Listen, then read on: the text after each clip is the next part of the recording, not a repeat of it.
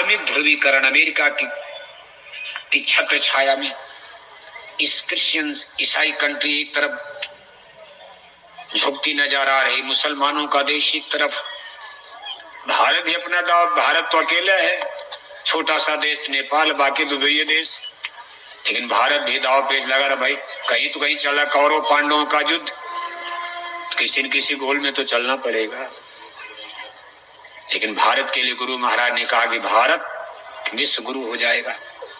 अब भारत को कोई हरा नहीं सकता। ये गुरु महाराज की वाणी है कि सारी दुनिया के लोग भारत पर मिलकर बम गिरा दें। गुरु महाराज ने कहा भारत को कोई शक्ति अब पराजित नहीं कर पाएगी। 99% बम महात्माओं के द्वारा हाथों से उतार लिए जाए, उनकी शक्ति को छीड़ कर दिया जाएगा। जो 1-2% फूटेंगे उसमें कुछ लोग गंदे विचार के मरेंगे, कटेंगे। बाकी अब भारत कभी गुलाम नहीं हो सकता। अब गुरु महाराज की वाणी है, गलत तो हो नहीं सकती। भारत कभी गुलाम नहीं होगा।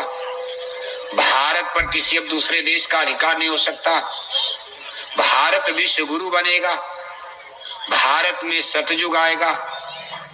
भारत सोने की चिड़िया बनेगा, जहां जितनी जमीन में जितना अनाज फल सब्जी पैदा होता, सतयुग आने पर उतनी ही जमीन में 5 गुना फल, 5 गुना सब्जी, 5 गुना अनाज पैदा होने लगेगा। इन्हें कि 5 गुना खाद डालनी पड़ेगी, तब क्या लाभ मिलेगा? खाद तो उतना या ना भी डालो, नेचर प्रकृति खुश हो जाएगी।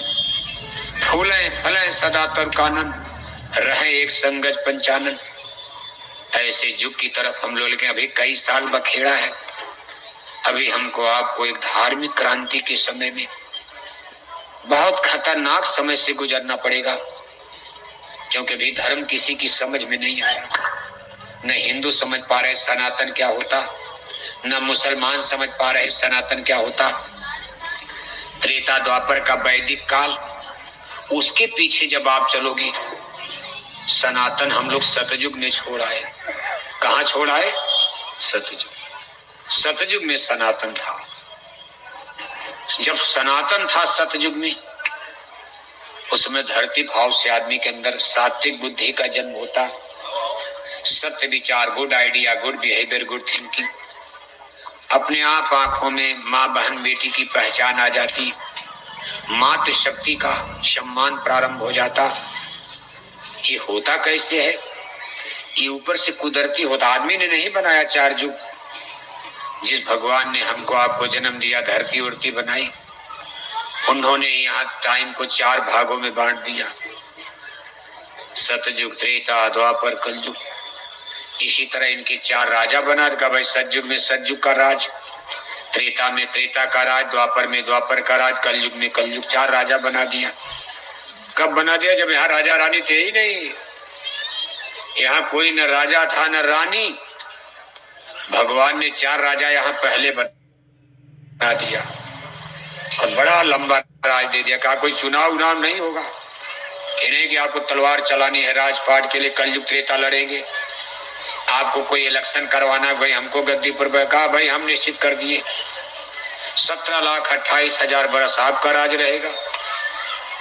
यानी जो सबसे अच्छे राजा, उनका राज ज्यादा चलेगा, 17,28,000 बरस। कहा 12,96,000 बरस त्रेता का चलेगा, 8,64,000 बरस द्वापर का चलेगा, और जो सबसे खराब राजा कलयुग, कहा आपका राज ज्यादा दिन चलेगा, तो धरती पर उपद्रव का आपका 4,32,000 वर्ष रहेगा। और ये बदलेंगे हम युग। ये नहीं कि वोट के द्वारा गद्दी से कलयुग को गद्दी से उतार के सतयुग हम लोग वोट देंगे। इसमें हम लोग तो कलयुग को देख ही नहीं पा रहे हैं, आप कहाँ किसको वोट दोगे? और गुरु महाराज क्या कर गए, कलयुग में कलयुग जाएगा और कलयुग में सतयुग। गद्दी एक है, कुर्सी एक ही राजा रहेगा, चाहे कलयुग राजा रहे, चाहे सतयुग, चाहे त्रेता, एक बार में एक राजा। गद्दी एक, कुर्सी एक।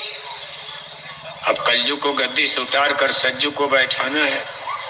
इसमें हमारे आपके वोट की कोई कीमत नहीं है कि वोट से बैठा दोगे आप। मुख्यमंत्री का चुनाव थोड़ा करना, और इसमें हमारी आपकी कोई हस्ती और ताकत भी नहीं काम करेगी। जब हम कलयुग सज्जुग को देख ही नहीं रहे, किसको उतारोगे, किसको बैठाओगे आप? जो चीज हमको दिखाई नहीं दे रही। इसीलिए गुरु महाराज कहते थे, ये काम नहीं इंसान का, ये काम है,